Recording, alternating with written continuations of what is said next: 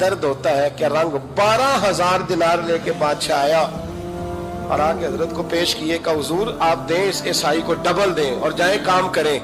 آپ فرمانے لگے تو پیسے دے، شرطیں نہ لگا، میرا جہاں دل کرے گا میں خرچ کروں گا، مجھے تو مزہ ہی اب آنے لگا ہے، ابھی تو لطف آ رہا ہے، ابھی تو ذائقہ آیا ہے کچھ کرنے کا. پیسے دینے ہیں تو دے، پابندی نہ لگا، جہاں میرا دل کرے گا میں. اس نے کہا حضور ٹھیک ہے رکھ لیں.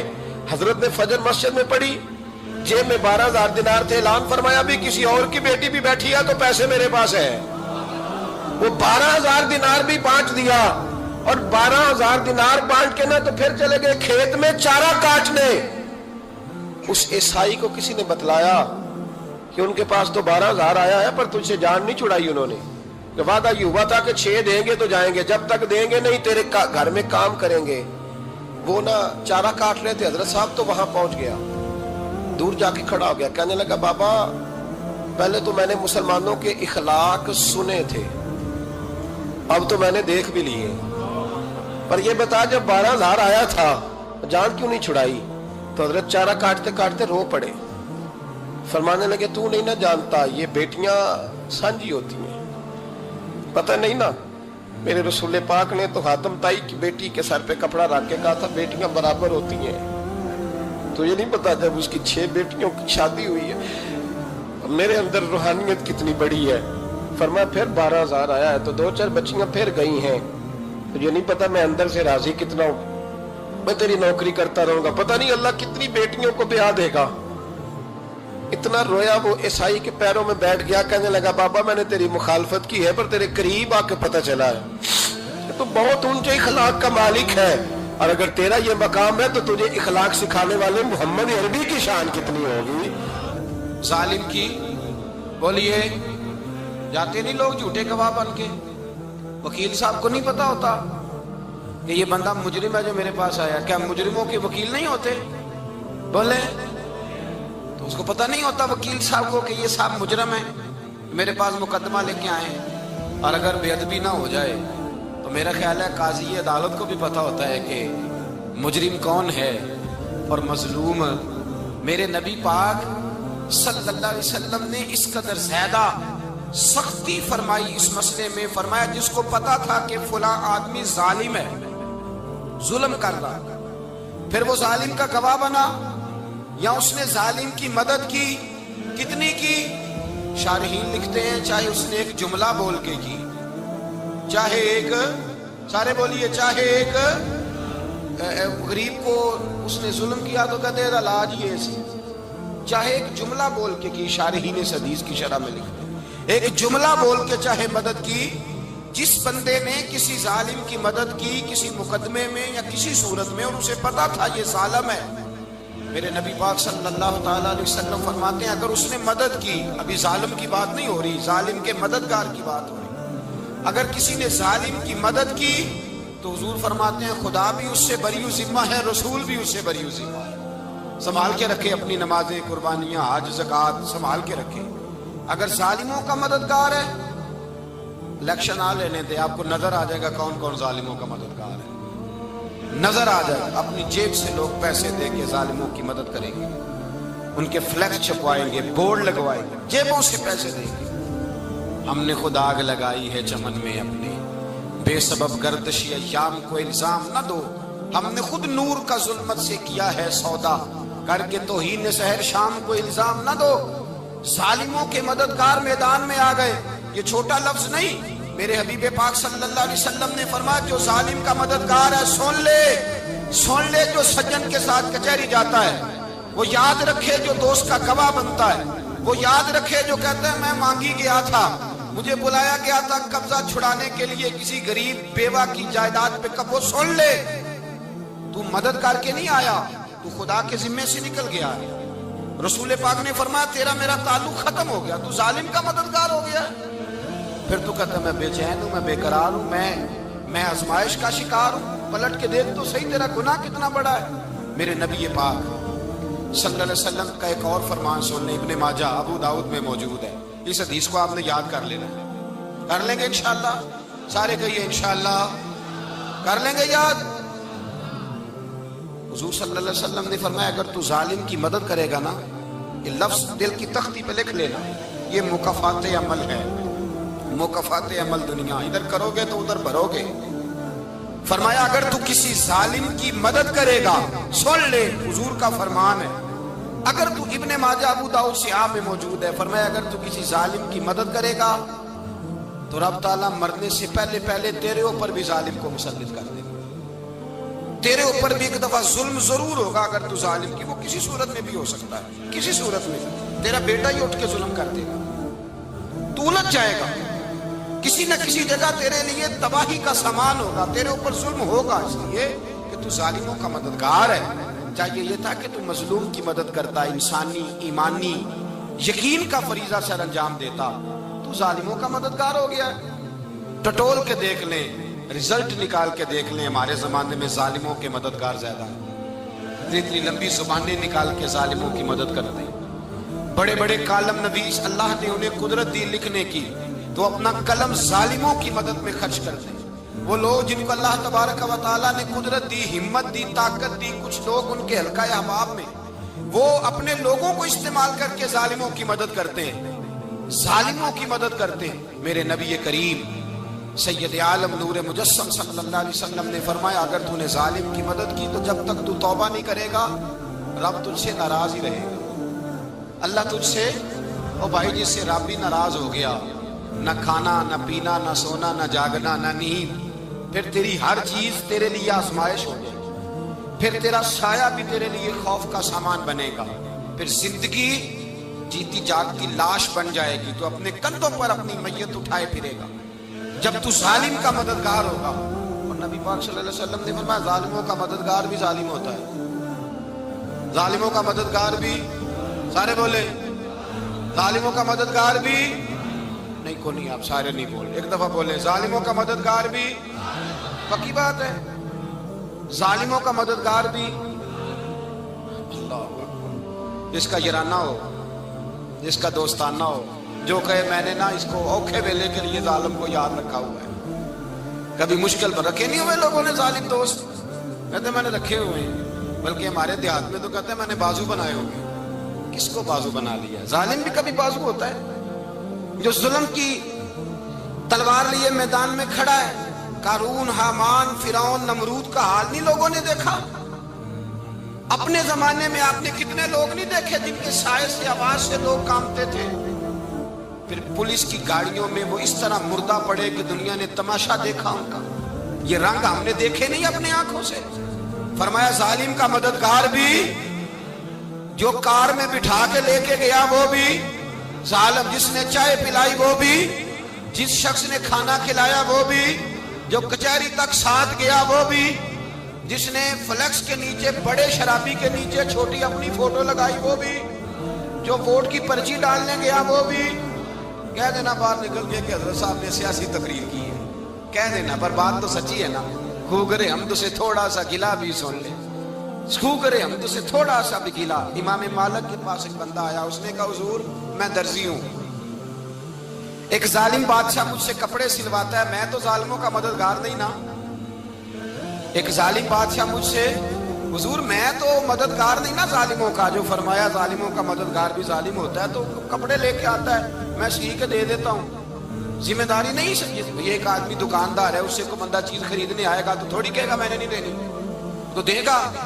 کوئی بندہ اگر کسی شخص سے کوئی کام کہتا ہے جو اس کی فیلڈ ہے، اس کا شعبہ ہے، اس کا معاش کا وہ سلسلہ ہے، کہتے ہیں یا رسول اللہ صلی اللہ علیہ وسلم ظالموں کا مددگار بھی ظالم، حضور نے فرما دیا۔ تو امام مالک سے بندے نے مسئلہ پوچھا، دل کی تختی پہ لکھنے والی باتیں ہیں، کہا حضور میں درزی ہوں، ظالم کپڑے سلواتے ہیں، میں تو مددگار نہیں نا۔ امام صاحب کہنے لگے نہیں، مددگار تو وہ ہوگا جو تجھے سوئی دھاگا فراہم کرے گا، تو پورے کپڑے سی کے دیتا ہے، تو خود بہت بڑا ظالم ہے، تو پورے سوٹ سی کے دیتا ہے، تو بہت بڑا ظالم خود ہے۔ مددگار تو وہ ہوگا جو تجھے دھاگا دے گا، جو تجھے بٹن دے گا، جو تجھے نلکی دے گا۔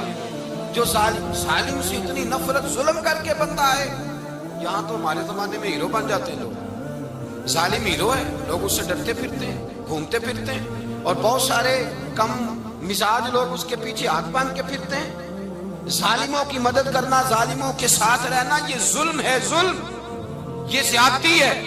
میرے نبی پاک صلی اللہ تعالی علیہ وآلہ وسلم نے ارشاد فرمایا یاد رکھو رب فرماتا ہے میں مظلوم کی مدد ضرور کروں گا، چاہے جلدی کروں چاہے دیر سے کروں، میں مظلوم کی مدد۔